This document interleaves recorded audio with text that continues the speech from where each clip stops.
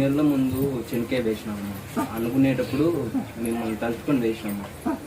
ఎప్పుడుగా అంది 240 మూటలు అయినాయి. 240 మూటలు చెనికాయ మూటలు అవి అయింటేనే ఇప్పుడు ఈరోజు మా అమ్మ మా నాన్న కూడా చెప్పకుండా వచ్చినాము.